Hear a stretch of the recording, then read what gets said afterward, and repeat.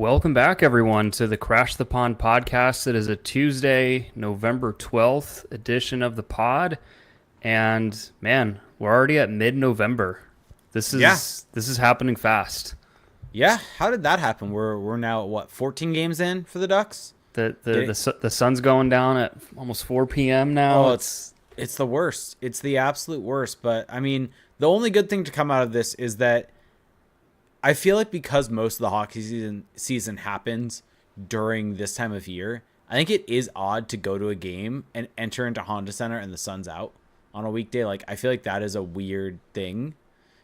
And so I feel like even though I hate this, it is kind of nice that there is going to be some normalcy with that, or back to kind of the way it typically is. Well, you know the age-old cutoff of American Thanksgiving being the playoff. Was it the playoff picture? Didn't Friedman? Hasn't he modified that slightly recently? What is it now? Is it? I think it's now like within a certain Christmas? number of points of Thanksgiving. Well, I mean, not in the playoffs, but within certain range. I'm sure that stat or that kind of gauge or threshold was never that accurate to begin with. But not completely accurate to begin with. But I feel like it's probably a decent gauge of where you're at in the season. And yeah, the Ducks are sitting at, let's see, they are second to last in the Western Conference, but they are only 7 points out of the final Pacific Division spot, and they are 4 points out of the final wildcard spot, and they have games in hand on both of those teams, the Flames and the Avs. So still alive, still in the hunt, still in the mix. I was going to say, a little disingenuous there with the second to last in the Western Conference because of the Sharks having played 17 games. What did I say that was incorrect?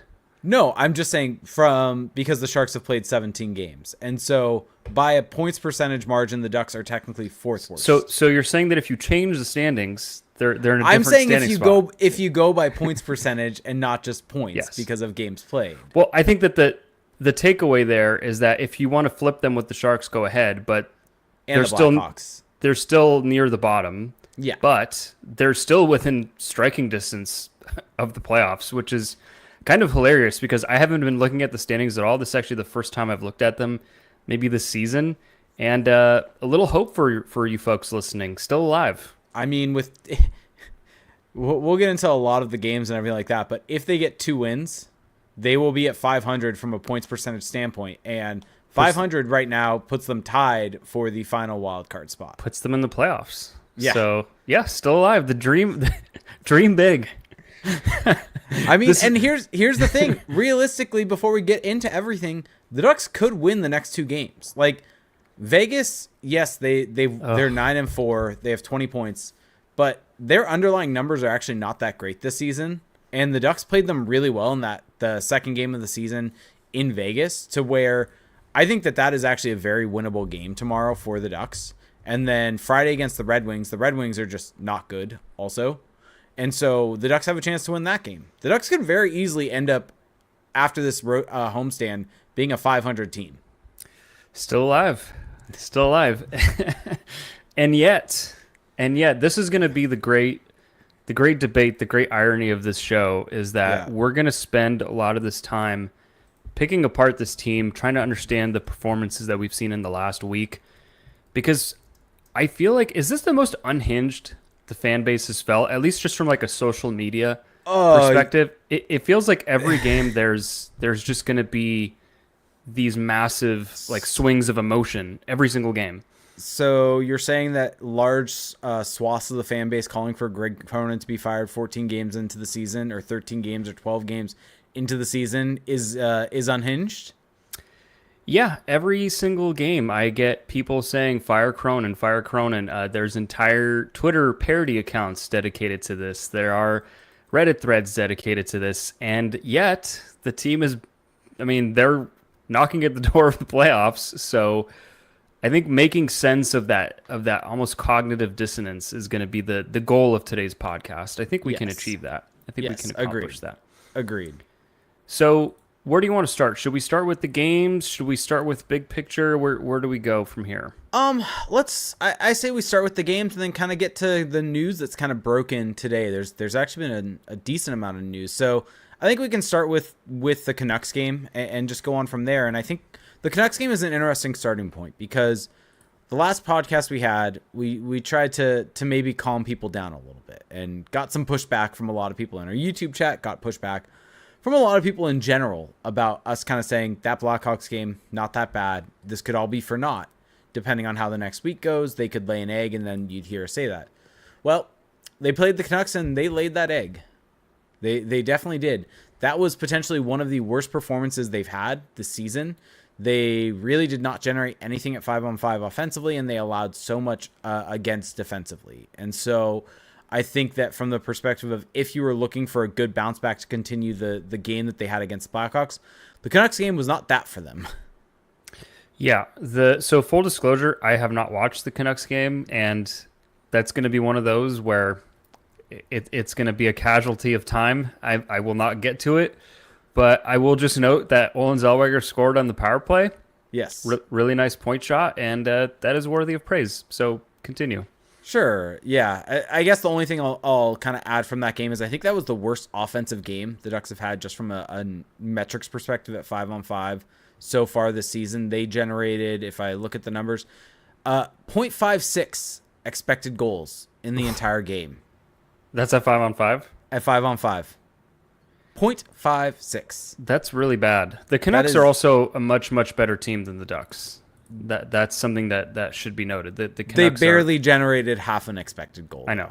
That is. But you very, also very... don't quite agree with what I just said, so maybe that's animating your response. But no, I think the Canucks are a good team. Okay. Yeah, I think the Canucks are a good team. I don't think they are that good where that happened. So this was just an absolute egg laid by the Ducks team after that game. Did not do much to quench the thirst of the masses that were out there after that Blackhawks game. But then they had the game against the Wild, and the start of that game was rough, and also did not quench the thirst of people because they went down 3-0, right, in the first period of that game. Yep, 3-0, and it was a very strange opening period because I don't think that the Ducks even had a bad first period, and yet the first period ends and you turn around and they're down 3-0, and it feels like nothing can go right. And so you could just feel the kind of anxiety and the angst coursing through the fan base. I was actually watching that one live, so I was able to see people's reactions in real time, and oh man, it was not pretty. But the goals that got scored, there's kind of that weird scramble type goal. That's the first one. There's the second goal that's a rush goal where I think maybe Lukas Dostal would want to have that one back, or at least it was a shot that he could have stopped. And then I believe the third goal was that the point shot that got through. No, that was the Kaprizov goal that he was left wide open on the back. Oh, that's right. That's right. And so that's a breakdown. So really, if you kind of boil down that first period, they make mistakes, undoubtedly. Those goals against, outside of maybe one, the 2-on-1, are self-inflicted wounds where they look terrible in the moment. They're missing assignments, they're out of position, but throughout that period they looked pretty good outside of those kind of isolated moments. And so in previous games, Lukas Dostal would have bailed them out in those situations, and he didn't. And you don't really expect saves necessarily in those scenarios. And so after the first period, it felt very much like, well, even with a little bit of progress in how they play, they're now down 3-0. This is a barn burner. This is not going well. And lo and behold, the second period maybe been their best period of the season. and that's the interesting thing. I think the power play, they got one power play in the first period, and that power play looked electric. They generated some really good looks. They probably should have ended up scoring on that power play, but they didn't. And that's going to happen sometimes on the power play if you're generating chances. They're not always going to go in that lesser of a sample size. But I thought at 5-on-5, they did not really do a whole lot offensively. They got some looks, but it really kind of, it felt like in some ways a continuation of the Canucks game. Maybe a little bit better, maybe slightly better, but it didn't feel like much different in terms of the quality of chances that they were generating. But I think there was a big step taken in that second period. And that was, I think, the interesting thing to me from this game. And the biggest kind of note that I have from this game is that after a first period where it felt like it was kind of more of the same offensively from this team, and it just felt like, oh no, here we go again after that Canucks game, I felt like they had a pushback that they didn't have in that Canucks game, and one that we haven't really seen necessarily so far this season, where I feel like when a period's gone bad, it's kind of snowballed a bit from there sometimes, where that's continued, and they haven't necessarily been able to right the ship mid-game. And I feel like this game against the Wild was when the Ducks really were able to do that. They righted the ship. They had a very, very strong second period. They generated a whole bunch of chances, and they just weren't able to score. And that kind of felt like the story of this game to me. Was it felt like the Chicago game again, where the Ducks were getting glorious looks after glorious looks, and the puck just wasn't going in. But eventually that's going to start going in more and more, and we'll see that more a bit later. But you need to just keep on pushing, keep on generating those chances. And I thought the pushback in this game was good.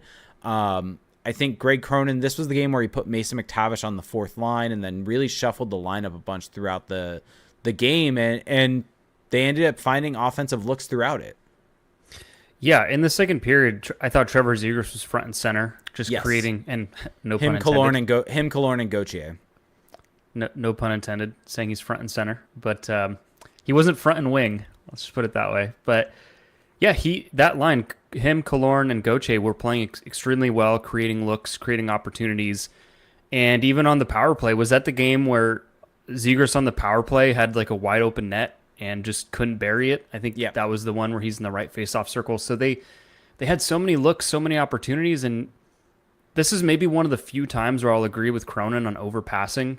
There were some instances like Dumoulin coming downhill into the slot, wide open shooting opportunity, and passes it off. Like there were those instances. Gauthier had a similar thing where Zegras ends up finding him, and then he tries to make the extra pass to Killorn. That was one where that was a wild sequence where Zegras kind of loses his balance, is able to make the pass to Killorn from his back, gets up, gets the puck back from Killorn, and then finds Gauthier, who ends up passing instead of shooting. Like so there was a lot of positive. Insane. I thought that what was very bizarre though, and not to kind of cut this parade short, but they were playing really well.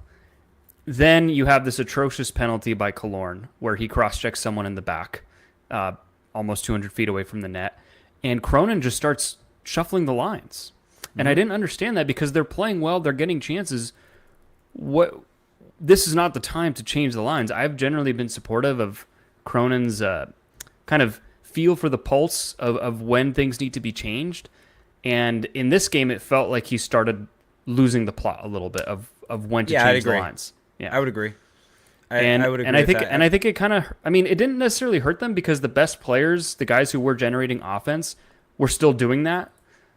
But it was just a weird time to make that change, to make that choice. Yeah, and I'm just trying to get a recollection on the line changes. So what ended up happening was, I think, looking in the third period. Well, that's where you had McTavish with Gauthier and Ross Johnston. And Ross Johnston, Brock McGinn with Lundestrom and Fabry was a line that was, I think, kept together for... Who did score. Robbie Fabry scored in this game, so yeah, and then it was Strome with Zegras and Killorn, and then... Or not Strome. Strome with Zegras and Killorn, and then it was Terry, Carlson, Vetrano.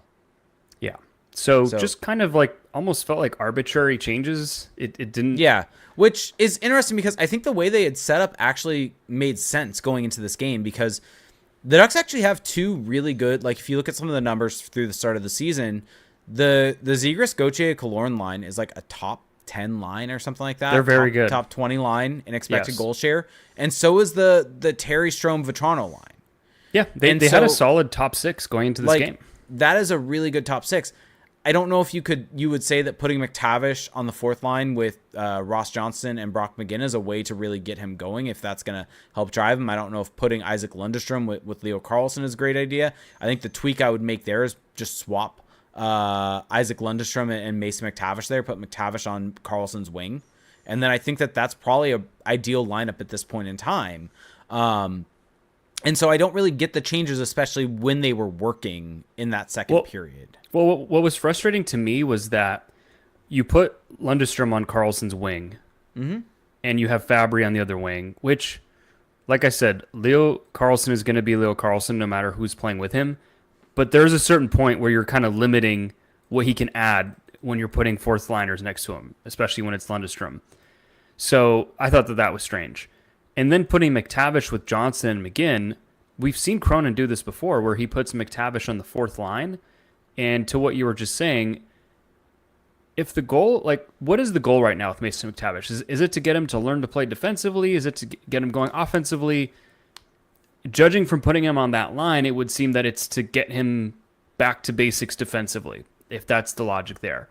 But what was annoying is that those changes to me didn't really make sense. I think McTavish, you drafted him third overall to be a top six forward. That's where you need to be developing him.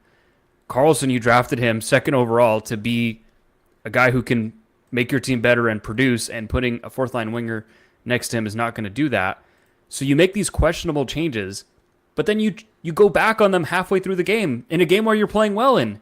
So it's like, do you even understand? Like, did you even believe in the changes that much to begin with?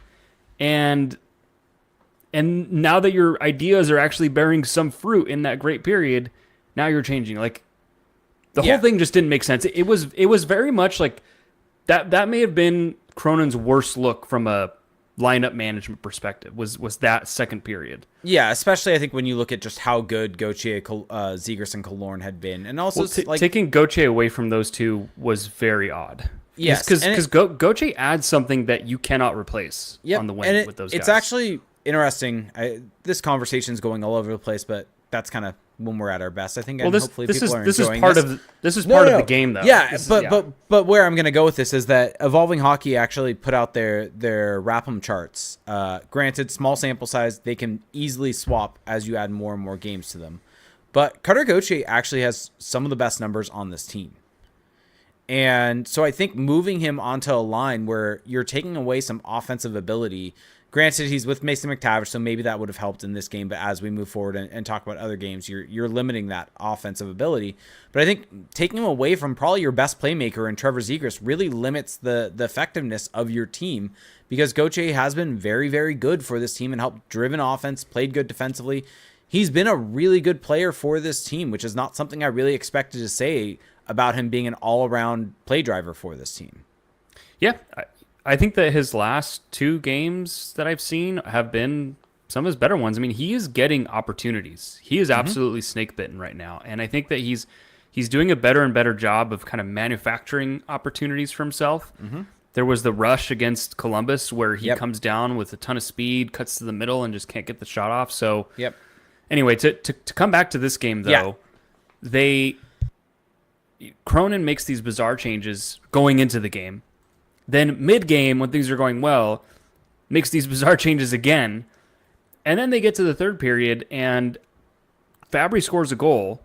Now you're only down 3-1. But basically after that, I mean, the turnover by Jackson Lacombe just was a backbreaker. I mean, they had a 4-minute power play. They had a 4-minute power play where they couldn't score. Coming off the back of a 2-minute power play. Yeah, so they had great power play opportunities to score, could not do so. We're not even really that threatening on the 4-minute power play, I would say, which was kind of a bummer to see. Yeah. And then you have this egregious turnover by Lacombe where he's in the corner, he shoots it at his own net, and then it kind of just sits in front. Wild score, Wild pick up another one on the power play, and that's pretty much all she wrote. I mean, Mason McTavish scores in the last seconds of the game, but kind of a if I were a player on that team, I would be so frustrated because you come away from it feeling like, hey, we showed some good things. We showed we can compete with this team, but we kind of just shot ourselves in the foot like multiple times. And that's the worst, is when you feel like you kind of just beat yourself. Yeah. But I think from my perspective, having come off that Canucks game, I think that this was a very big sign of life, because I remember at the end of that first period, the Wild are good. Like, the Wild are good, but after that first period, I think I went and maybe I did dishes, and it was just like an, oh no, here we go again. Stress dishes? No, but it was just like oh no, this is kind of the start of it all for this team, right? The start of thinking about kind of the replies, thinking like everything we talk about and kind of how it's blown up in our faces, and just like how thinking about the rest of the season and if this is just how the season is going to go type of deal. Wow, and you were in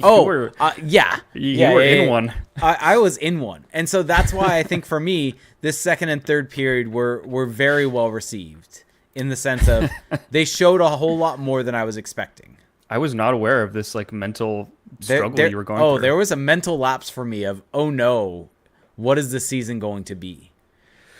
Yeah, they really came out looking stinky in the first period, and not really because of their overall play, just these kind of repetitive mistakes.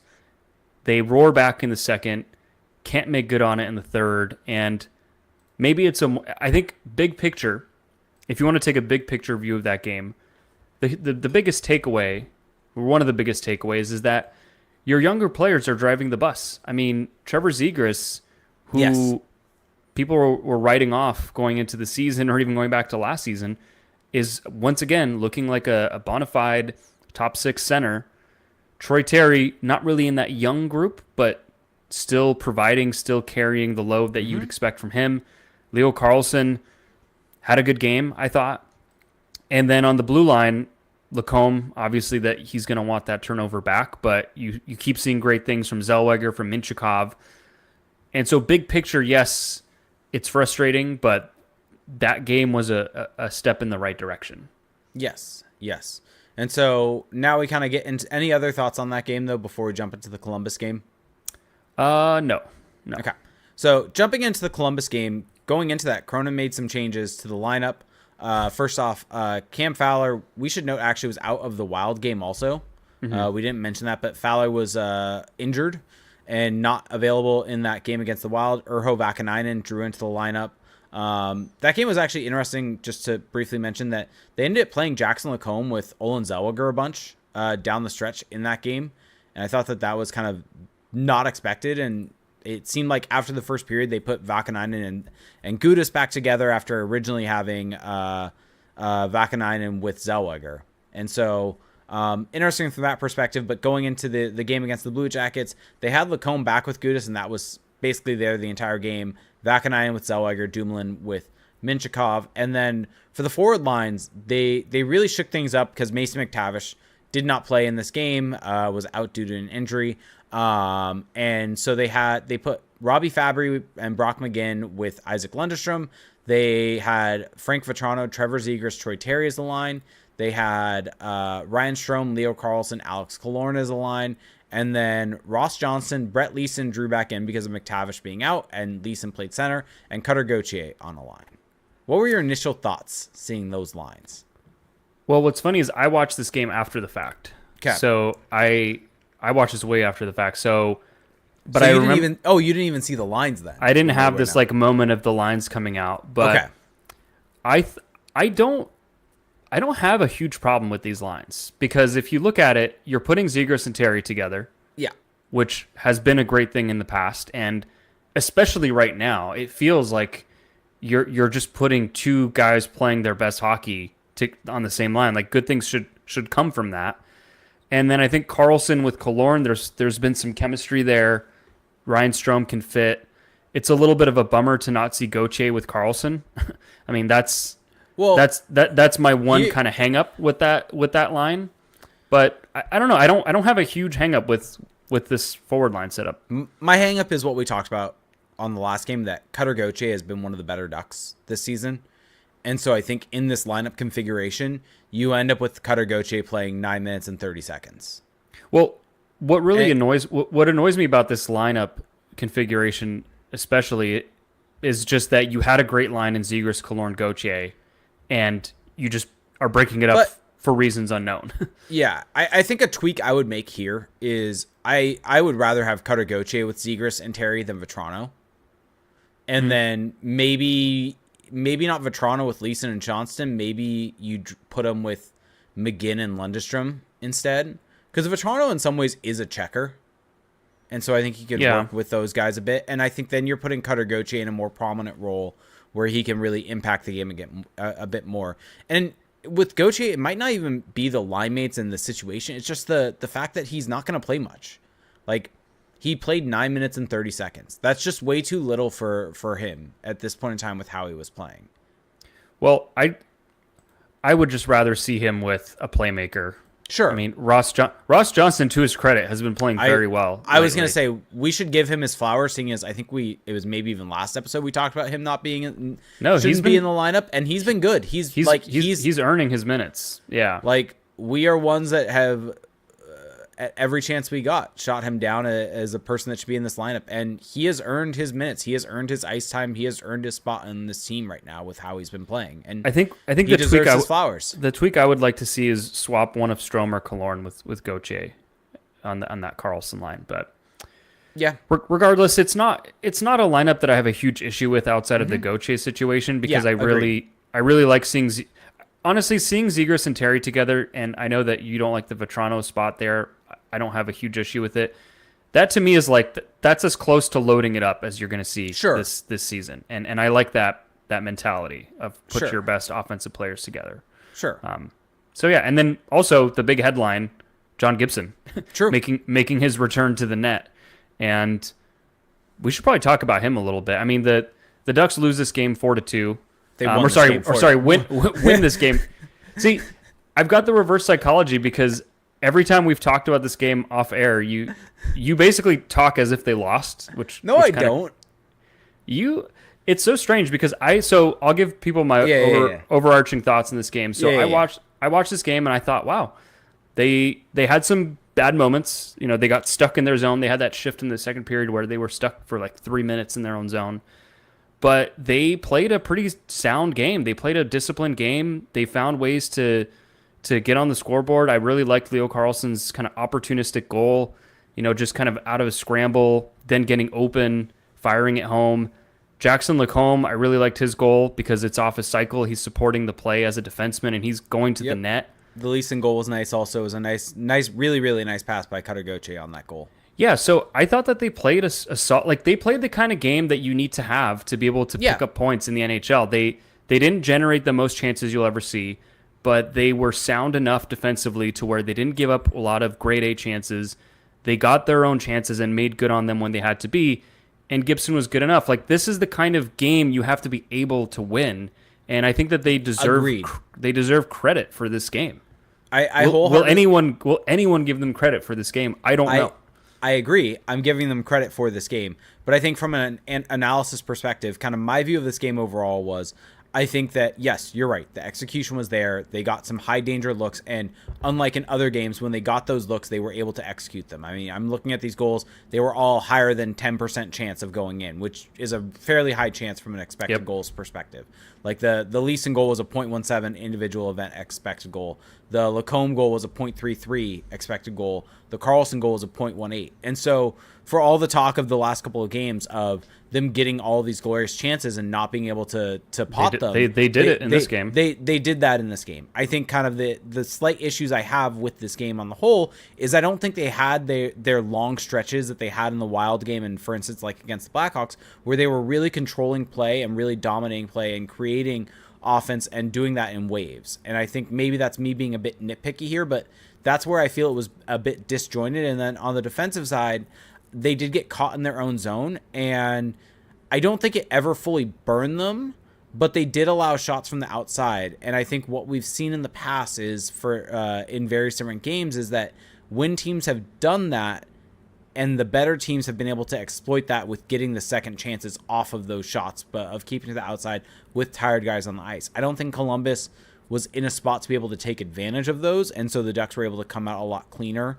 than that. I think the real plus in this game for this team is I think the power play looked so good in this game. That to me is the huge plus from this game. Even though they didn't score, they should have scored a power play goal in this game. And I think the tweaks that Rich Clune made to the power play, granted it's due to Mason McTavish being out, but putting Trevor Zegras on that first unit, it really felt like it had some renewed life to it. And that's not saying the power play was bad. I think it was good at so many different times. Yeah, I was going to say, power play's been good. But I thought it was better in this game than it was, for instance, against the Wild. Like looking back on that 6-minute power play stretch, and I think that it was a much better power play sequence in this game than in the Wild game. Well, so I think that what's interesting about the power play is that people want to put, when I see people kind of talking about the power play, they say, oh, X player is in this spot and the other player's in that spot. Like, they are very fluid. Because against Yes. the Wild, you saw Trevor Zegras on one side of the ice in the right flank.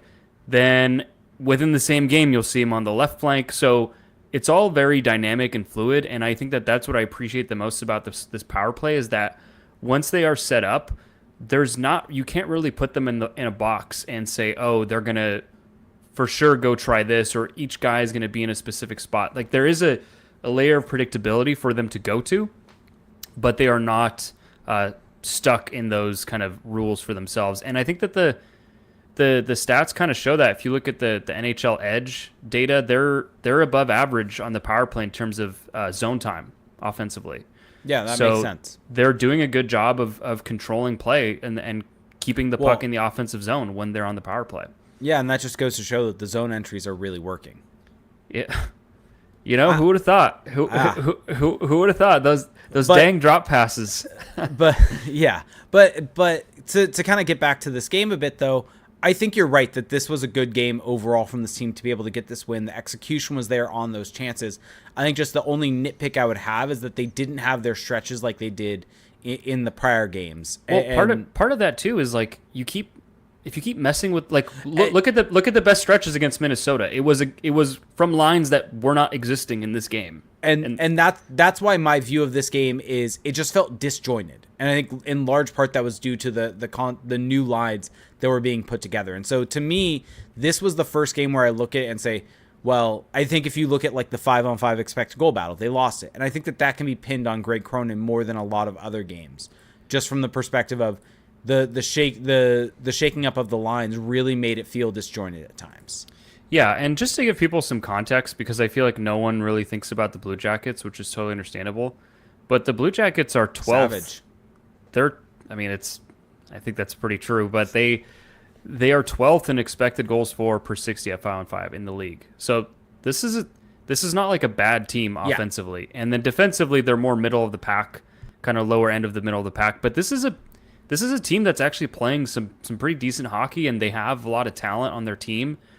And I think that talent, the talent that the Blue Jackets have, really gave the Ducks fits. And we've talked about those prolonged stretches in the D zone, but I feel like I've just forgotten about Zach Werenski. Yeah, but I was about to mention him after you talked about that. He is a joy to watch, and that kind of those permutations at the blue line, where you have guys kind of overlapping and dropping the puck off to each other.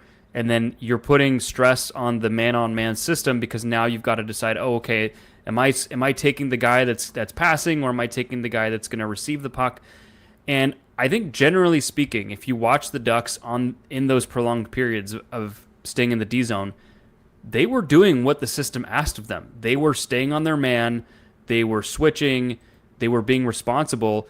It's just that at a certain point, when you are just chasing the play constantly, especially in that second period with the long change, you're going to gas.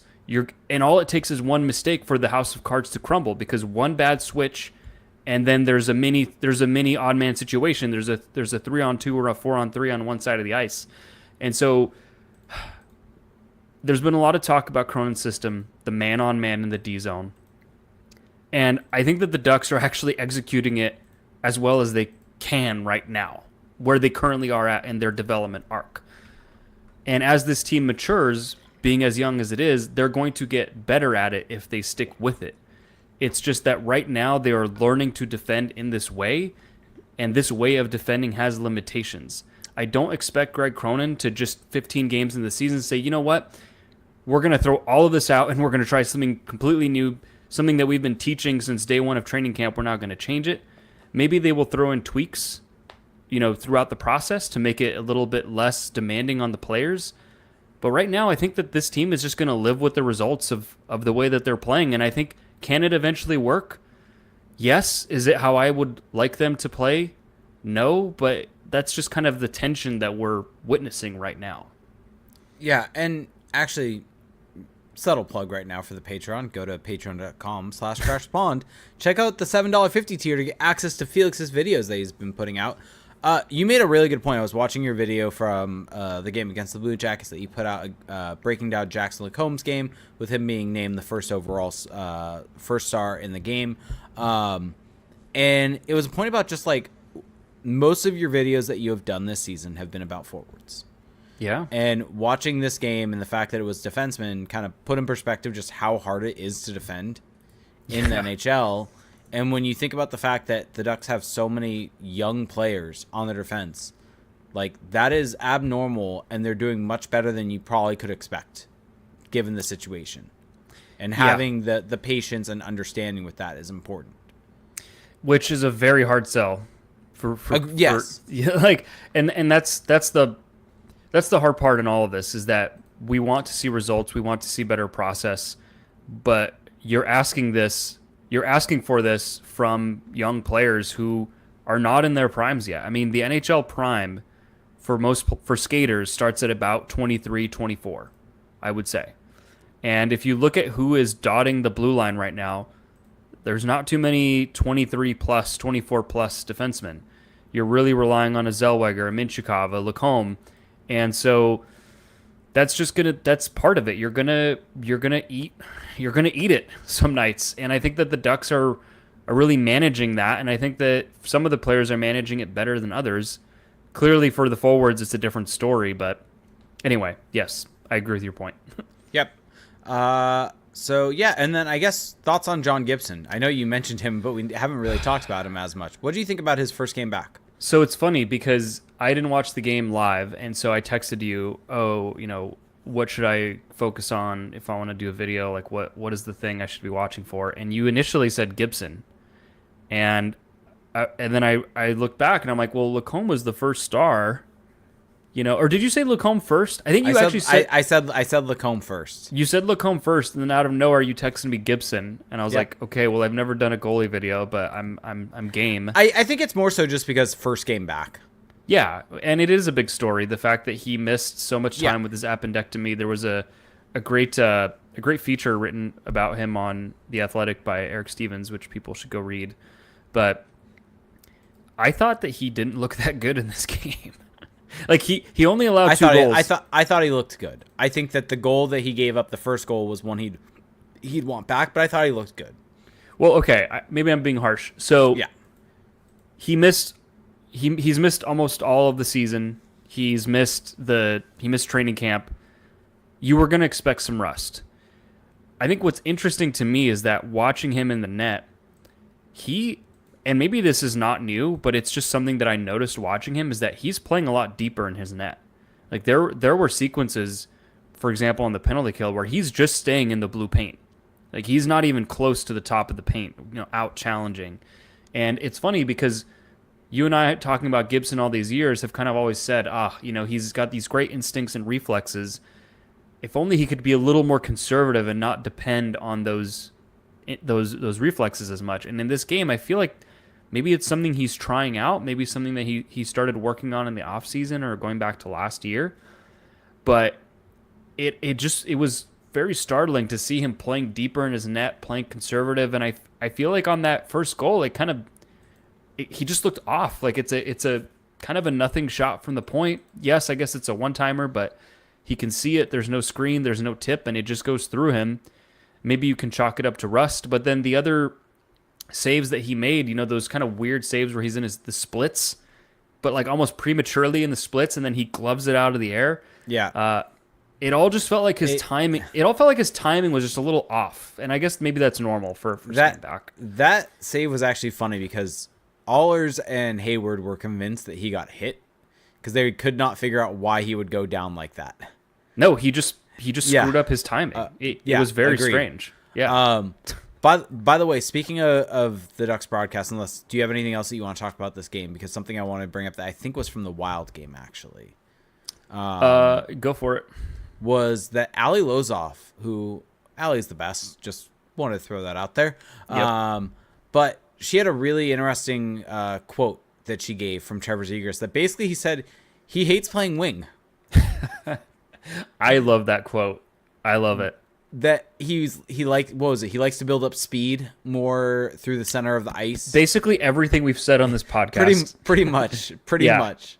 Yeah. And so you hear that, and the first time she said it, I had to do a double take because I was like, wait, is she hate is a strong word. Is she reporting that right now? Did I hear that right? And went back, I was like, yep. Yep, that's what she said. And I mean, it's a great quote, and it just really aligns with kind of exactly what we said. And I mean, good on Zegras for not being afraid to say that. And good on him. He must have some job security right now at center.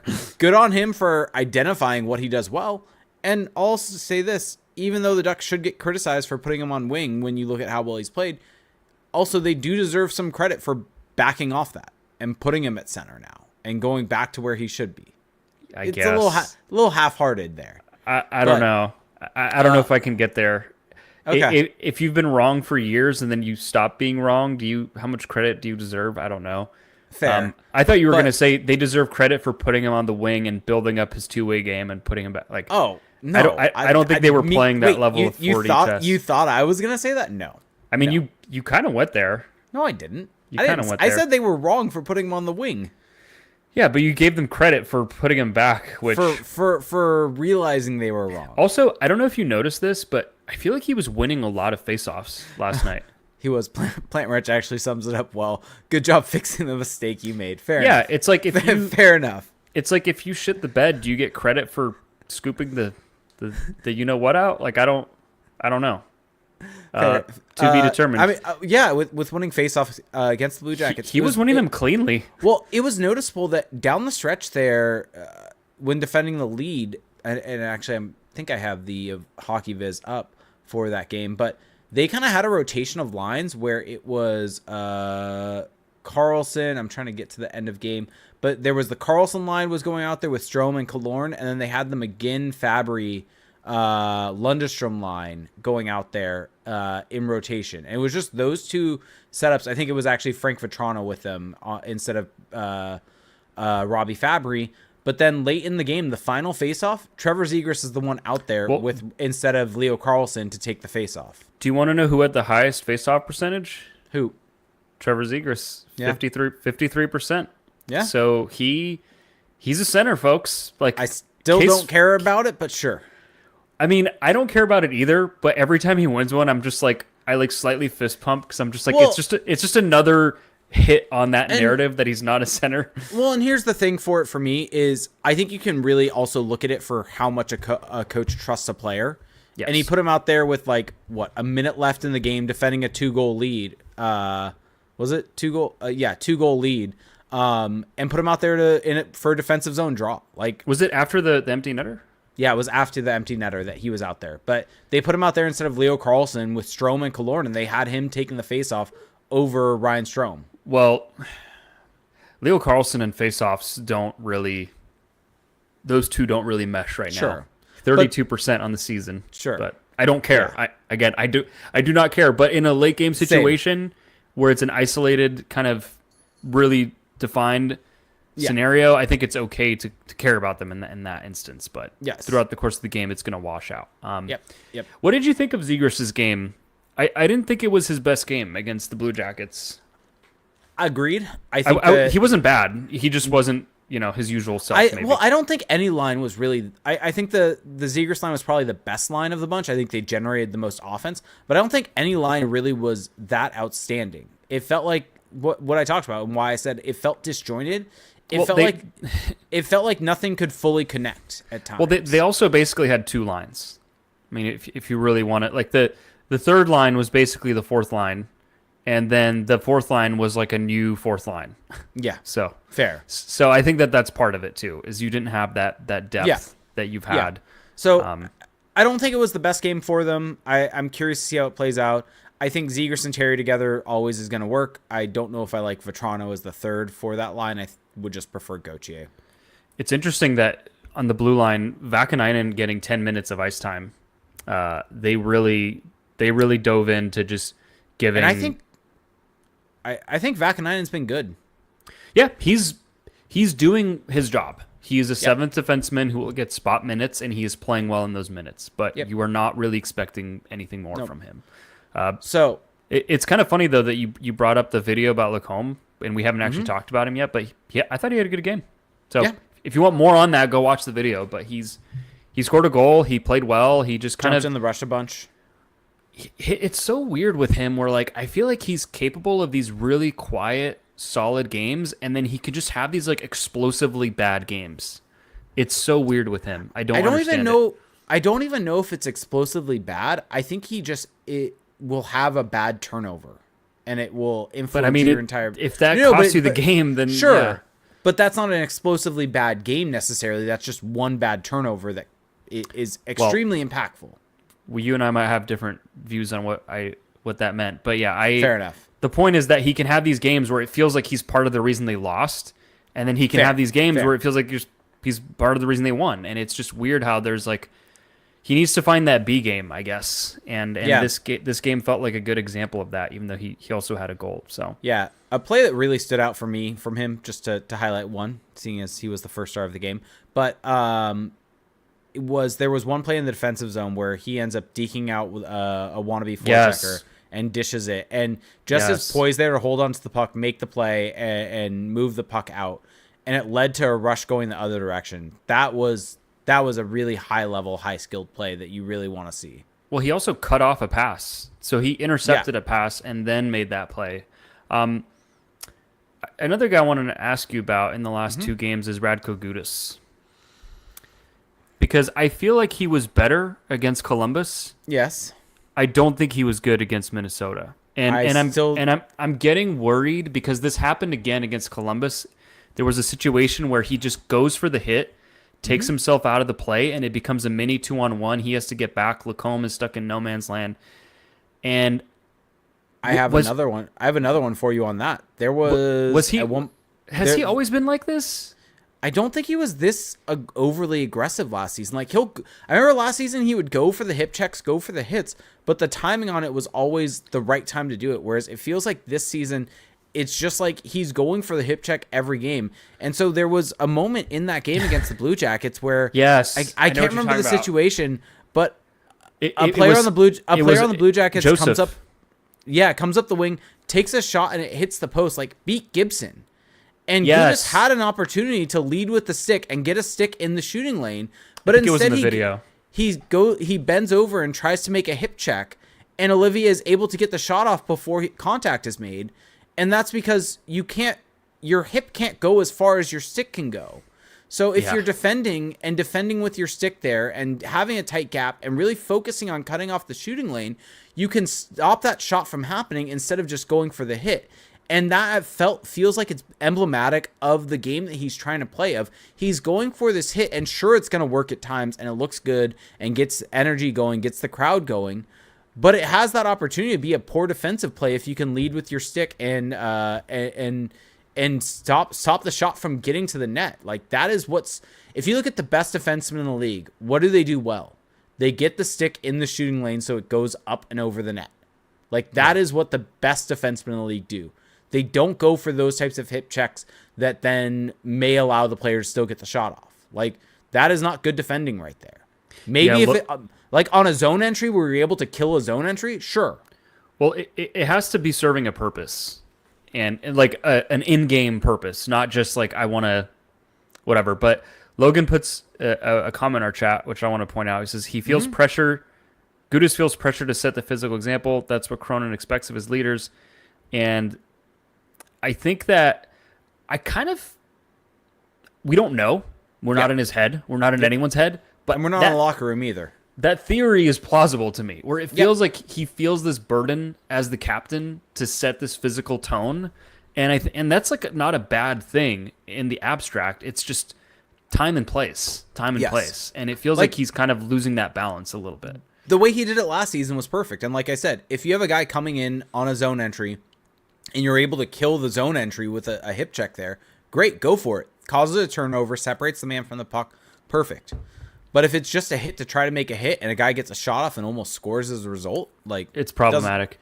Like, that doesn't really accomplish what you're trying to accomplish there. I remember that exact play, and I remember like being physically upset seeing that because I was like, come on, like, just you don't need to do that in that situation. You have a stick, use it.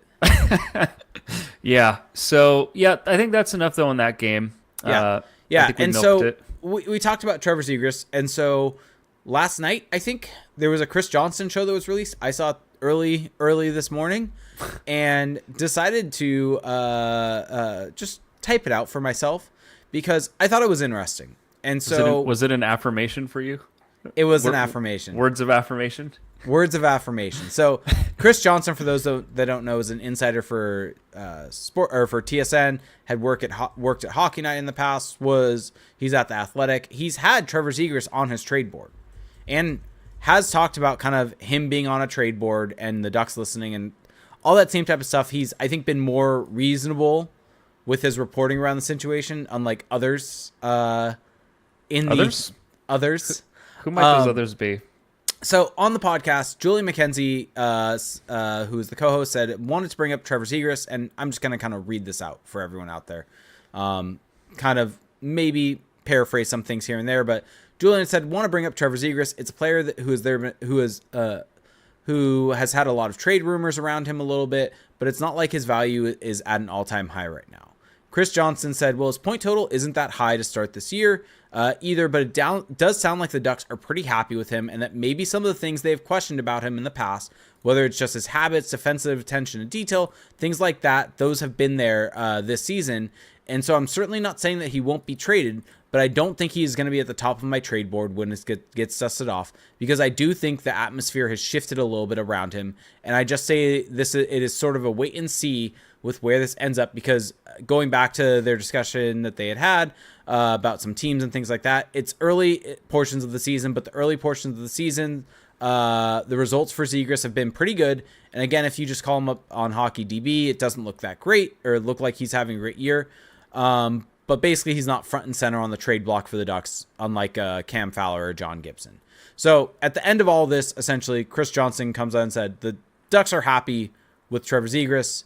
This idea that they are open to trading him, that they are shopping him, however you want to have it reported, I am of the opinion that they were just listening on deals. That is no longer there. Well, I think it's just a positive thing to hear. I mean, regardless of, could he still be traded? Of course. I mean, if the right deal comes, they're going to do it. But the better that he plays, the better that deal would have to be for the Ducks, right? If Trevor Zegras is playing like a second line center and one that they think they can count on for years to come, how do you improve upon that in a trade, right? And especially because maybe we'll talk about it at some point today, I don't know, but that Mason McTavish, at least right now, is not quite playing up to that. Let's do it right now. Well, all this to say that he's becoming harder to trade as a player, and that's a good thing, and he's doing it with his play, and you just love to see it. Yeah, and I think just after, about a year probably, of Zegras and everything feeling like it was negative around him whenever things would get reported. I mean, you look at almost any article where he gets mentioned. It's about, he's not long for the Ducks.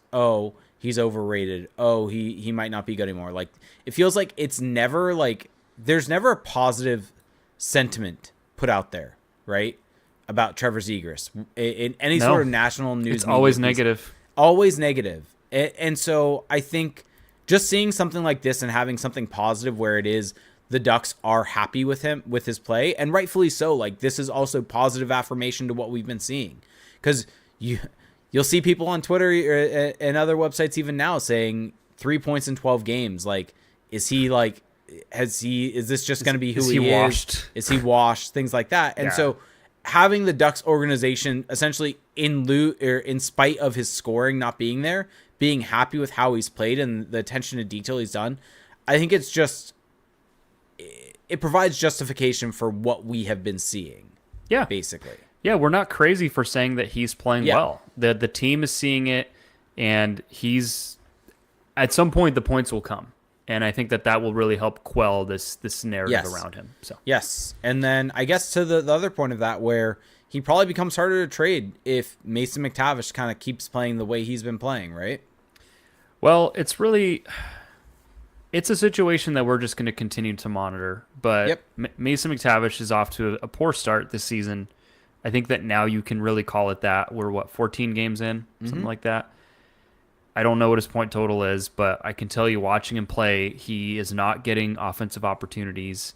He is not creating offensive opportunities.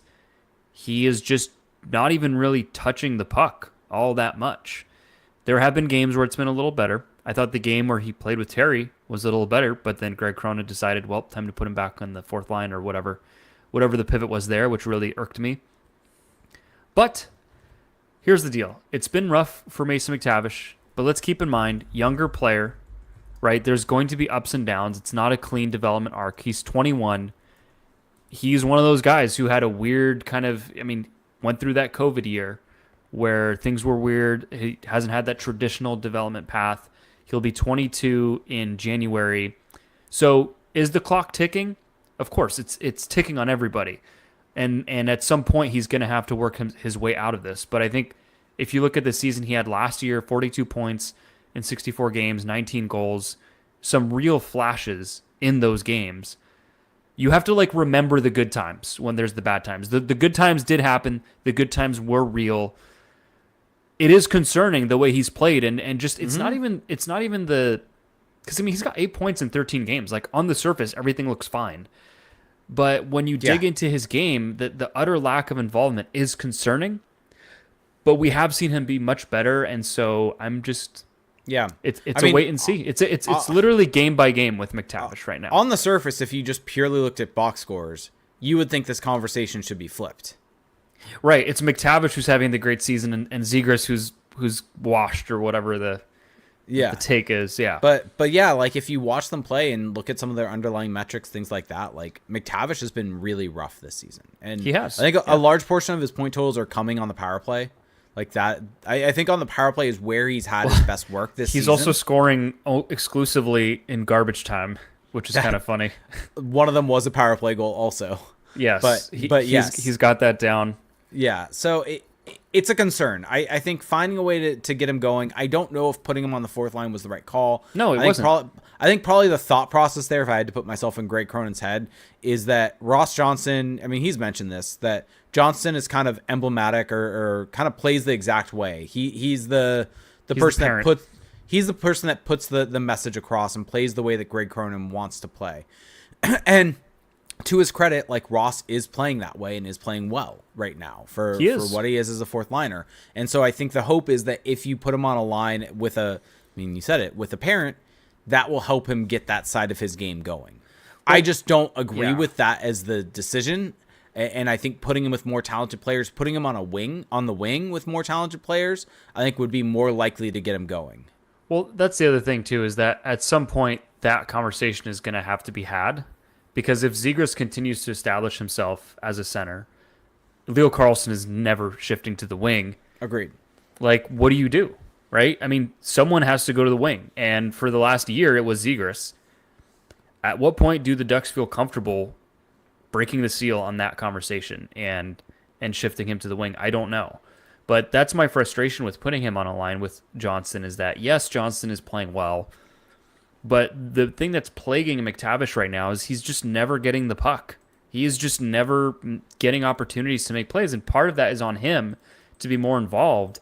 But I just put him with offensive players. You drafted him third overall. You don't draft guys third overall to be checkers. You just don't. So, and I get it. He's got to learn that aspect, but I don't think that that's what's plaguing him right now. Plant Wrench brings up, why couldn't he be the third line center? He could. I just don't. I just don't see the Ducks doing that. But I agree that that's totally viable. That, there's nothing wrong with that. I personally think that that's the best option for him. Honestly, it's just I'm putting myself in the shoes of management, and I think that they're more likely to. I don't know what they're going to do, but I think that I have a hard time imagining them letting go of this notion that he's a center. I feel like they're going to hang on to that until they just can't anymore. Yep. Do you see them shifting him to the wing? I don't know. I don't see it either. They did it. I think they did it last season. Well, when he first was in the NHL, he was on the wing, but that was a much different era. I think that he was on the wing at some point last season, though. Maybe I'm misremembering, but I think it was a situation where it was Cronin trying to get him going and he put him on the wing. We shall see. Yeah. I'm skeptical. Well, I also just think with this Ducks team, I think you want him to be playing with better players. I think to do that, putting him with a Leo Carlsson is going to be a way to have that happen. Well, if he plays with Carlsson, he's going to touch the puck more. Yeah. I mean, because that's what happens when you play with Leo Carlson. Your team is going to have the puck. So yeah, Risu brings up a point. They put him on wing as punishment. I think that's right. So I mean, we'll see if yeah. Well, I think that right now we can have this center and wing debate with him until we're blue in the face, but he just needs to play better wherever he's at. I mean, that's the bottom line. He needs to just show that he can just even be what he was last season at center. So, by the way, something I just remembered: Zegras had that penalty shot against the Wild. And I mean, we did not talk about it. The game against the Wild, Zegras could have scored like 4 goals. He had so many opportunities that he just could not bury. And I mean, the penalty shot was like, I was thinking about this out loud doing that video. I was like, he must be so pissed, because how many games do you get a penalty shot and multiple grade A chances and come away with nothing? Like, that's just, I couldn't sleep if that were me after. Yeah. I think a lot of guys on this team, I think Zegras and Gauthier, both of them, where I think once one goes in, you're going to start seeing a lot go in. I think that's just realistically. Don't do it. Don't talk about a condiment. Don't do it. Okay. All right. The other news to get to that we can touch on briefly before we get to questions is what was it? Cam Fowler was placed on IR, retroactive to I think the Wild game. Yeah. So he might just come back. I mean, he might not be out that long. I don't know. Yeah, it's 7 days, I believe, from that. So the Wild game was last Friday. So I don't think he could play in the game on Wednesday, but I think he could play the game on Friday. And then Fabry is retroactive to the game on Sunday. So both those guys placed on IR. Mason McTavish also did not skate today, so was not placed on IR, though. That's actually something I wanted to quickly bring up, is that I've almost wondered if McTavish has been playing hurt. True. And because we don't even know what the injury is for him right now. And so maybe it finally just got to a point where he's like, I can't carry on, but I don't know. That's pure speculation. I mean, it could be a Zegras situation at the beginning of last year where he played the first 10 to 12 games and then realized he needed to there was something going on there, and that was kind of why he did not look fully there the first 10 to 12 games. He looked okay, but not his normal self. Yeah, just the way McTavish has been so uninvolved, it's like that's the only thing that I can come back to, is that he must be playing hurt. But again, total speculation. Don't know. Yeah. So. Yep.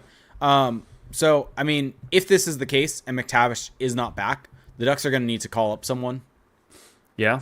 Curious if it will be like a Jansen Harkins or if the Ducks... They also waived James Reimer. So. Well, yes, they did waive James Reimer, but with Fabry and Fowler going on IR, that also opened up spots. Yeah, because by waiving Reimer, they already opened a spot. And then putting Fabry and Fowler on IR opened up 2 more spots in addition to that. Yep. So we'll see. Yeah, they waived James Reimer, though. There might be a wave of call-ups. Yeah, I mean, I think realistically we're going to see... I mean, Fowler is not going to be back. I could see them calling up a defenseman just in case for tomorrow's game. I think Sam Colangelo is a guy that I could see them calling up, though. Maybe it's Colangelo and Harkins get called up. Yeah. And Colangelo draws in. Like, Colangelo's had a really good start to the season. Yeah, and Harkins, he's kind of a known commodity. You know that he can play in a pinch. But I feel like whoever they call up might not even play. So. In what way? Like, do you think McTavish... Well, so if McTavish comes back... If McTavish comes you're back... still missing Fabry. Forward. Oh, yeah, then you're at 12. Okay. You're at 12 because they played last game without McTavish, but with Fabry. Right. So if McTavish comes back, then in theory, at 12. None of those guys that get called up on forward would play. So. Correct. Yeah. So I'm making the assumption that McTavish is not going to be playing because he did not take part in the skate today. So I think that you're going to see probably 2 guys called up, probably Colangelo and Harkins. And I mean, to me, I'd like to see Colangelo draw into the lineup. Yeah, it'd be nice to see him get a chance. It'd be nice to just kind of see something new in that bottom 6. But I don't know. TBD. Yep. All right. You want to jump into questions? Sure. I feel like there was something else, but that's whatever. That's all I had on my list. Reimer getting waived also. That was it from me. Oh, I guess we didn't even really talk about Greg Cronin. That was going to be... I was going to title this episode about Cronin, but we haven't even really talked about him. In what way? Well, I feel like the entire conversation going on, at least just from me looking at my Twitter replies, is fire Greg Cronin. And we Sure. haven't even talked about the coach. I mean, we've talked about him a little We bit. talked about the line changes and that type of stuff. I mean, I'll just say quickly, the Ducks aren't Oh. firing Greg Cronin this year. Yep. That's not happening. Yep. I mean, I I know also that figured we get questions about this, but yes. I know a certain someone said something on a certain podcast, Oh. but I really don't see them firing him unless things just go horribly, horribly, horribly, horribly wrong. Like things get like toxic. And I also think that Greg Cronin is doing things right now that I don't necessarily agree with. The line changes in game, the defensive zone, and all of that. But we talked about it. This is a young team, and yes, there's a lot of talent, but like making that jump from rebuilding to pushing for the playoffs, like that's a messy, Well, potentially long jump. And we've seen this time and time again across the league. Teams that amass talent, making that next step is very difficult. And sometimes it doesn't even really matter who the coach is. also, what they are now is not what they are going to be in 10 games from now, 20 games from now. Like they, And like it's that, and it's a small sample. Like that is where I think you have to give Cronin this entire season. Is you give him this entire season to show what he can do with Yeah. this team to work through everything. Like you can't just Yeah. cut his legs out at this point. When last season, I think we can all agree that, Injuries. like he really was dealt a hard hand for his first season as an NHL coach with the injuries that this team had, and Carlson. Whether like I think it was the right move to do the plan that they did, but still that kept Carlson out of the lineup at times. Like he was dealt a really tough hand for his first season as an NHL coach. And then you have this year where he finally, for the most part, knock on wood, he's had a pretty healthy lineup. And Yeah. and so you want to cut his legs off when he's just kind of able to finally do what he's good at, which is development, working with these players, allowing them to grow. What they are right now is not what they will be 10 games, 20 games, 30 games. And if they are that by game 82, then sure, I agree Yeah. completely. Cut bait in the offseason. Yeah. But the only way, and so to add to what you have said, I also don't see them firing him because, I mean, there's a bunch of things, but Pat Verbeek, he's his first hire. I think firing him a year and 20 games into the season, That would be crazy. that would just be a horrible look for Pat Verbeek. Like I just don't see him as a guy that's stubborn doing that. And then also from the perspective of he had so many quotes, I think, last year, right? Pat Verbeek did that. He was actually really happy with what Greg Cronin did. Even in the face of the results that were happening. And you had the quote of the players were drinking water through a fire hose with Cronin. Yeah. And that just goes to show you how much he appreciated the culture that he was trying to establish. Well, Pat Verbeek's not yeah. going to take that out like this early Yeah. into the season. The only situation that I could potentially see it happening, and even then, I think it's unlikely, is if there's like the number one coach like on the board that Pat Who even Verbeek is would that? want. I like Joel maybe Quenneville? it'd be someone that would get fired, which would be like a Mike Sullivan. Like if Mike Sullivan leaves Pittsburgh and that is the guy that Pat Verbeek views as being the perfect coach for this team, that's the only situation that I could really see Verbeek jumping on. And that still, I think, is a like very Are we sure slim he's chance. a good coach? Well, there's a bunch of things with. I mean, I think Sullivan is a good coach. You look at it at his track record, everything like that he's been able to do. But regardless of that, Does his track record include this season? it includes a lot of really good seasons, though. Like Those seasons are anyway. But regardless, that requires Mike Sullivan wanting to come to Anaheim. That requires him, like them being able to get a salary to go there. Like I just don't see that happening. And for anyone that is on the market, like Jay Woodcroft is a name being floated around, Tom McClellan, those guys were there all summer. Like I don't foresee this being like a move that happens for those guys. Well, just think about it big picture. The Ducks are trying to build something that's going to last for a decade plus. And if you cut bait on a key element of that a year in, what does that say about your plan? What does that say about everything? I mean, it really gets to the foundation. And sure, if you just truly believe this is the wrong guy and we are headed in the wrong direction, sure, change coaches. But I don't right now watching this team, analyzing this team, doing this podcast about this team. I don't get the feeling of, oh, coaching is the thing that's holding this team back. Like it wasn't like with Aikens where it was just like, or Carlisle, if we want to go back to the Carlisle days, where it was like this team is so much better than what it's doing right now. Like clearly there's a coaching disconnect. There are things that they are doing that they could be doing differently. With Cronin, it's like, yeah, there's some things that they could tweak here and there, but like it's a team that's just developing.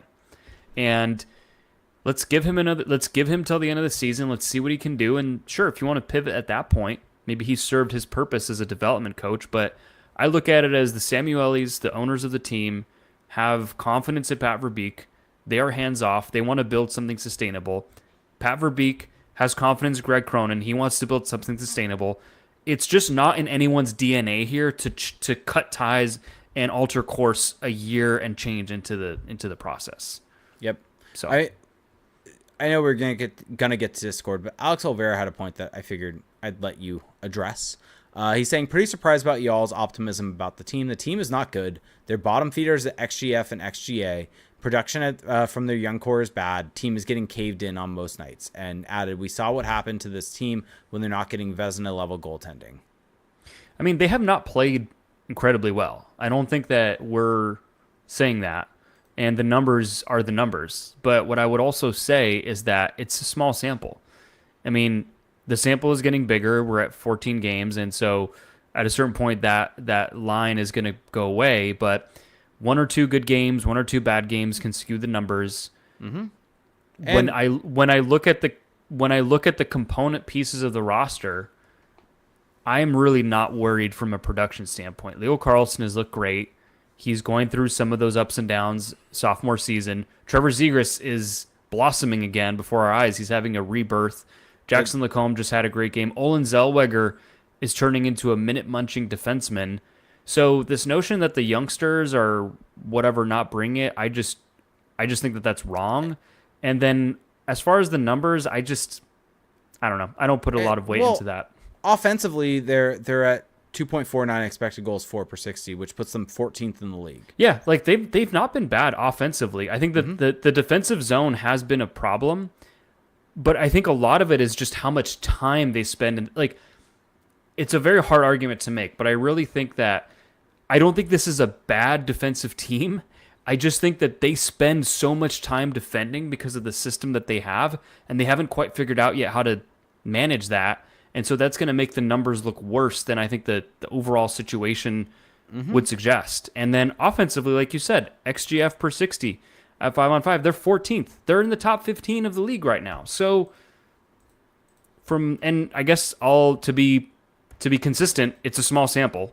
Like that number, the XGF number has gone up. They were in the 20s a couple of games ago, and now it's shot up. So and don't want to put too much stock into it. And then to add to that, like the system hasn't changed. The defense hasn't changed that much from last year. And last year's group was much better defensively from a numbers perspective than this one is. And they can be better. Like that just kind of goes to show that like you need more time. And actually the big issue with the team last year was offensively. So it's kind of flipped this year, which gives me hope that if this offensive production can continue and they can find the defensive game that they had last year, this could be a middle of the pack team from a 5-on-5 play perspective, which we're just looking for progress. We're just looking for progress. And I think also, maybe I'll just say this for myself. We've been doing this podcast for what? Since the 17-18 season? Yep. We've had one playoff season. We've been doing this for the entirety of this rebuild. 0 playoff wins. There's only so many times we can say this team is bad. There's only so many ways we can just assess this team.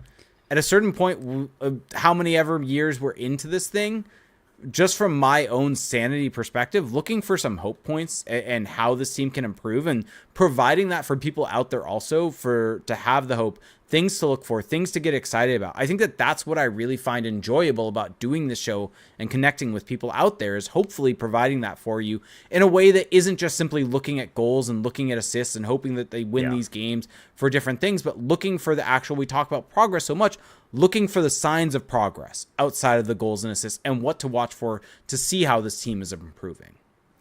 Yeah, and the narrative around the Ducks right now is so negative that I almost feel compelled to point out that it's when you dig past the surface level, there's actually a lot of positive. And I think that to your point about us being around long enough now with this rebuild, we have seen much worse teams. We have seen like this is in the time we've been doing this. Think about the utterly garbage teams that we've seen. Think about the utterly garbage hockey that we've seen played. I don't feel like this team is anywhere close to that. Like if you think about the last season with Aikens, 22-23, yep. You think about 21-22, that weird season. You think about the weirdness of the COVID shortened season, 18-19, the tire fire that was. This doesn't feel like that at all. This team, as frustrating as the start has been, it feels like there's a purpose and a plan and a direction. And that's why I'm not living and dying with the results. I mean, I don't anyway, but this just feels like a completely different circumstance. And I think that that's what's really hard. And that's where I sympathize with people, is that the Ducks were unintentionally bad and rebuilding for too long before they finally decided to let go of Bob Murray and actually tear it down, right? So there's almost been like 2 rebuilds, but only one of them, aka the Verbeek part of it, was an actual intentional rebuild. And so, once again, Bob Murray sucks, is my conclusion.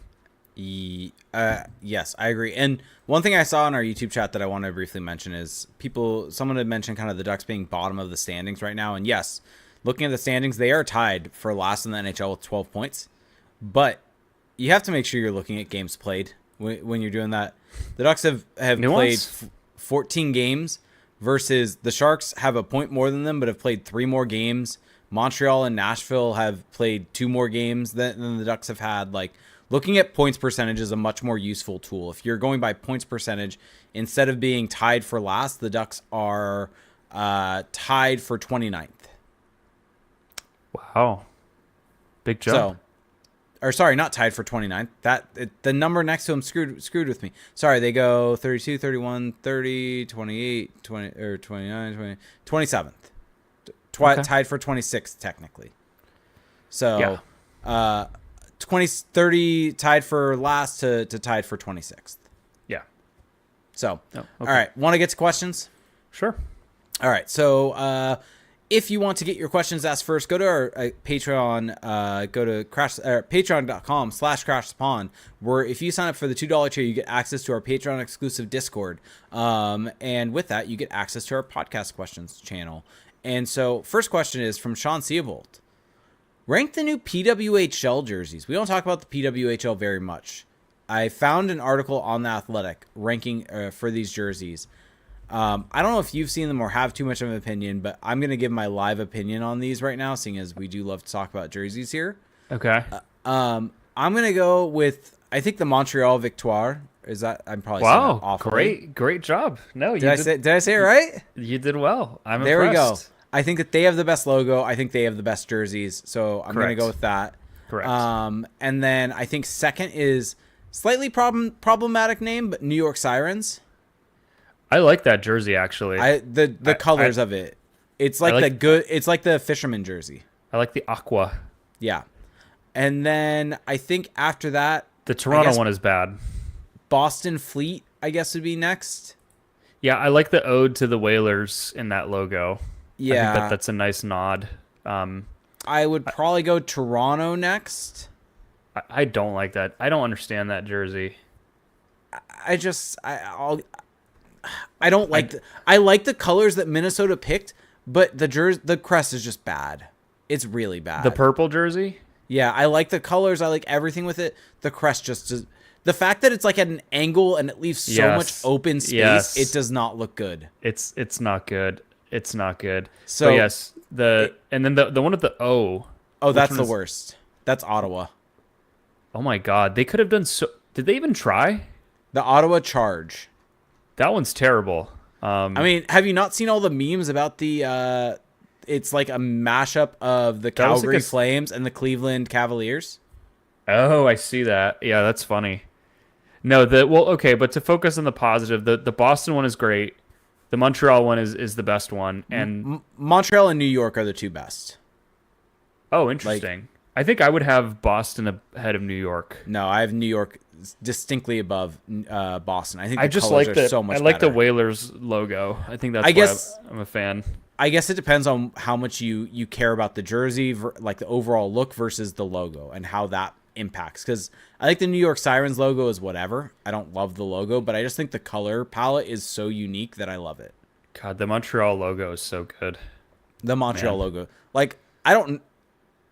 No, I was going to say, I don't know if I like Montreal's jersey if you, like, swapped out the logo. The color palette's still good. Going with the, like, the cream instead I like of the a kind of white. subdued. Yeah, like I like that it's kind of that city solidarity, but it's its own flavor. It's not Yeah. just red and blue. Yeah, Yeah. big Yep. fan. Yep. Yeah. So that was a fun little jersey dive there. Dalton Keys said, if you could only re-sign one, would you rather re-sign Vetrano or Fabry? Ooh, probably Vetrano. Yeah. Fabry just feels like a dime a dozen. Yeah. Yeah. D Frenzy said, I know the season is very early and a lot of people are panicking and starting to say fire Cronin. Do you think so far Anaheim has underperformed in this early sample size? Do you think we've detoured from Pat Verbeek's original 6-year rebuild? I think they're right on schedule. I mean, they are trying to get over the hump. They are no longer really rebuilding. This is something I was texting you the other day, but like, Oh yeah, we never even got into that part. the of this. rebuild is basically over. You've made all your draft picks. Most of your young players are on your team now. Now it's about turning the corner. Now it's about the build, and that's the hardest part. That is the hardest part. We talked about it a bunch. Yeah, and so I think that, let's see, what was the question? Do you think they've underperformed? No, I mean, they're getting what they deserve right now. I think that they can be, maybe they deserve a couple more wins here and there, but they have not played well enough to have a great record so far. And they've gotten some wins that they probably shouldn't have gotten because of Yeah. goaltending. They're about where they should be. Yeah. Yeah. Like standings wise. Yeah. Yeah, I agree with that completely. But this isn't like a step back in the rebuild. This is what a rebuild is. There's going to be downswings. So Yep. Drake Duquesne said, is it our forwards or our defense causing defensive issues this season? I think everyone's doing their best, and what they're being asked to do may be the more of the problem. I think if I had to zero in, I think it's maybe more of a defenseman issue. I feel like there's just more issues with There's moving more the puck errors. There's more issues moving the puck from the defense to the forwards than I think it is with the forwards getting the puck out of the zone. I would agree with that. Yeah. And I think separating men from puck down low also. Like, I think for the most part, when the puck gets to the point, it's really hard. You don't want to pressure too much. If you get beat, you leave too much open space, which makes it hard to cause a turnover for a forward coming up high. So that's why I would probably put it more on the defense. And then he also said, I feel like it's always that our young defensemen look good. Zegras' defense has been a lot better. ETC, is the system just broken? I think it just has to come together. They just need to execute the system better, and that takes time, because as much as we say, oh, the system has limitations, there's also just mistakes that are made. Like we talked about the Wild game, the Minchukov error, right? I mean, that's going to happen in a game, but those are the kind of mistakes that better teams don't make as often, regardless of the system you're playing. Yep. Solani Sandwich asked, what kind of system could work for this young, talented team that would free up more offensive creativity / production while shoring up the defensive struggles? I mean, I'll just jump in very quickly. Like, I think that they have been freed up. Like, I think that they are, maybe they could be freed up a little bit more offensively, but I think that they are generating chances. Like I mentioned, they're 14th in the league in expected goals for per 60. Like, they are starting to generate more offense. The puck just hasn't gone in yet for them. Yeah. I mean, there is a degree to that, yeah, which we haven't really talked about, is they are just getting very unlucky. Like, they're near the bottom in shooting percentage. Yeah. So that's a problem. Yeah. But it would be nice to see them encouraged more to go and get odd man rushes, to create more rushes. Yeah, I'd agree. I feel like they just don't get very many of those per game. Yeah. Although I think they have started doing it more and more a bit lately. I think that the Wild game, they got a bunch of odd man rushes. So maybe it's happening more. We'll see. Yeah. Leeser said, which player on the team has the best Movember stash? I haven't seen him, so I can't answer. Gudis has a good one. Does that count? I think just for hilarity's sake, Zegras is bad. So I'm gonna go there. I haven't seen it. Now I'm kind of curious. Is there bad. a way I can easily pull this up? It's so faint. It's so faint. That tracks. Okay. Yeah. Yeah. So we'll go there. Tummy Ache Vet, aka Plant Wrench, said, "Is there a trade you have in mind to improve the defense?" A trade. Well, Fowler's probably gonna get traded at some point. Yeah, I don't think that really improves the defense necessarily. I think it's just the guys maturing. Yeah. I mean, we haven't really talked about him because he's down in the minors, but Tristan Luneau at some point will be back. Will he have that kind of Olin Zellweger jump that we saw last season? That would go a long way, but I think it's just the guys improving internally. Unfortunately, like it's not a fun answer, but like there's just not a spot. There's no roster spot for it. Like that's the thing. I think after this season there will be. So Dumoulin's probably gone. Sure. And then after that, Fowler's gone. So that's 2 spots right there. And who's filling those spots? I mean, arguably Vakanainen and Luneau immediately. I mean, Luneau is for sure going to be filling one of them. Luneau will be back. But I think they'll have more flexibility to bring in someone in the offseason, but it's still not going to be a big move. There's not like a huge piece they can bring in. So I don't know. Yeah. I don't see. I guess this is something you and I were saying earlier in the week is like the likelier if Verbeek is going to do anything in season, it's going to be a trade as opposed to firing the coach. Yes. I just don't know what that would even look like right now.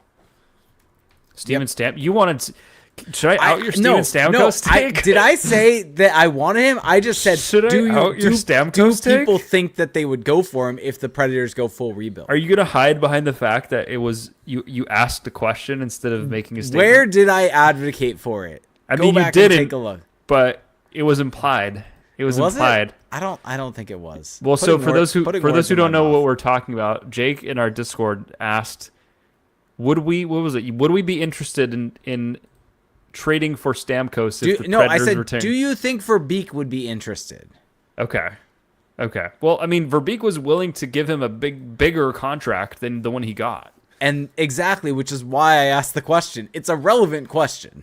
I feel like it would just be so insane, though, to do that because you're trading assets now to go and get the cap hit. It's just, it's a little egregious. Yeah, and Stamkos I think does have an NTC, so he has a no move. Yeah, so there's and that. And he ain't waving to come to Anaheim. I'm just putting that out there.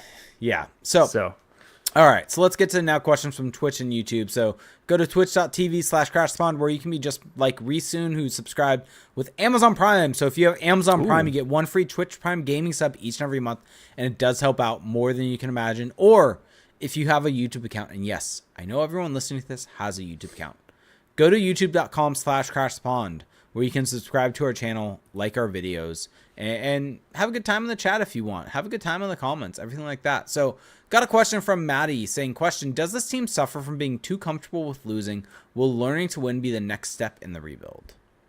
Yeah, I mean, I don't think they're comfortable losing. I don't think anyone likes losing, but I think that they are learning how to play a 60-minute game well enough to win.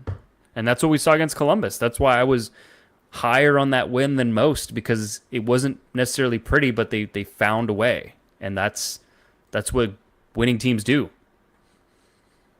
Yep. Logan asked us, Cronin mentioned in one of his first interviews positionless hockey. With Ducks D-men upcoming, could they revolutionize hockey? It is not looking like it. He can say that, but that is not how he's coaching. That is not how he's coaching at all. The roles are very defined, which I don't have the positionless hockey thing. Like, I'm fine with positions. Like, would it be fun to see positionless hockey? Sure, but like, it's already a pretty fluid game as it is. Defensemen jump up, defensemen join the rush. Like, can we have some traditions, please? Yeah. Is that so wrong? Reese said Dumo is probably gone at the deadline. What about Fabry? I don't know if he has value. I mean, yeah, I don't know. I have no idea what to think. Honestly the Ducks had to be traded, had to be paid to take on Fabry. My opinion of what this team is going to do at the deadline is changing constantly. So yeah, I'm just not there yet. Yep. Our good friend Lou said he's got a question. He's like, yeah, I got a question. Why won't Jake's co-pilot shave his beard off to join him? You have a co-pilot? I guess you're my co-pilot. You have a plane? I guess we're flying a plane here. You have an aircraft? You are we bringing back? Are you bringing back your flight simulator stream, and I'll be sitting in the cockpit with you? I feel like now a friend of the show, Green Bastard, is going to make a meme where you and I are sitting in a cockpit in a plane. Why'd you have to say that? That plane is for sure crashing, by the way. We are not certified. So you've been called out for dodging the question. I mean, I could shave the beard. I thought you were going to. You said you would. I don't know if I can do the mustache. It's a rough look. You got to do it for Movember. Support men's health. I could. I mean, I support men's health. Yeah. I support it in the abstract. Sure. Yeah, I support. All right. Do we have any shit show questions? Nope. No shit show questions for us. So that's it for questions that I'm seeing. And we're about an hour and a half in. So do you want to do any random things before we get on out of here? We just got one actual question from Reese saying, if you were Cronin, how would you split Dostal Gibson? I would do every other game. Ooh. I don't know if I love that. I'd just do it. Yeah. Set the expectation, go back and forth. You want guys to get some rhythm, but whatever. We've seen it work in Boston. I'm a little tapped out take-wise. Okay. I have some blind rankings for you, though. All right, let's do it. I have two. I'm keeping it light today. Okay. This one is just called Most Popular People. Okay. So for those who don't know what a blind ranking is, I'm giving Jake an option. He has to rank it 1 through 5 without knowing what comes next. So this is called Most Popular People. So you just have to rank famous people, basically. Are you ready? Sure. Mark Zuckerberg. 3. 3. Now you're just gaming it. I don't like that. You say that every time I do 3 for the first person. Barack Obama. Ooh. I'll go 1. 1. Let's go Okay. 1. Okay. Love it. Dua Lipa. Is she popular? She is. You know what? I'll go a solid 2. I'll put her above Mark. 2. Man, I am so fascinated to see what comes next. Yeah. Michael Jordan. I guess 4. I mean, maybe you could even put him 5. Like Jordan, for being a great basketball player, seems like a pretty aggressive person. Yeah, I mean, his entire post-playing career has been kind of lame. Yeah. Like him as an owner, him as as a personality.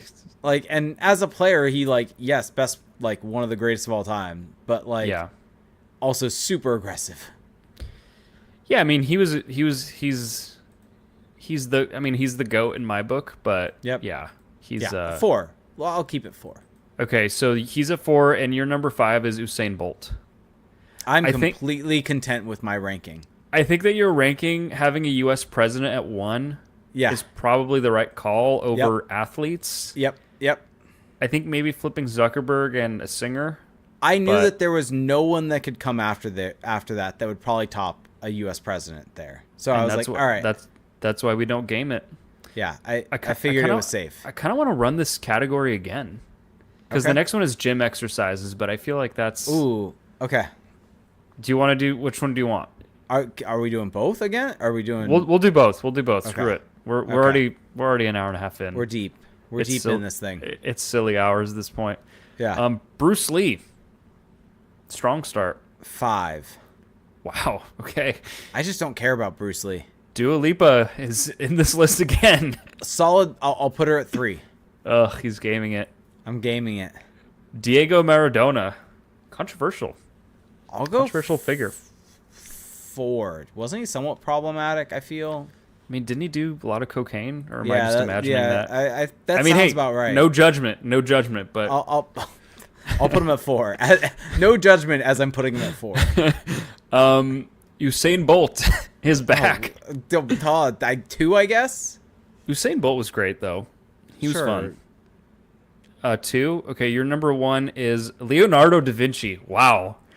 That you lucked out because that That is the only choice of these 5 to put it at 1. So congratulations. Could have ended poorly there. All right, let's do workouts.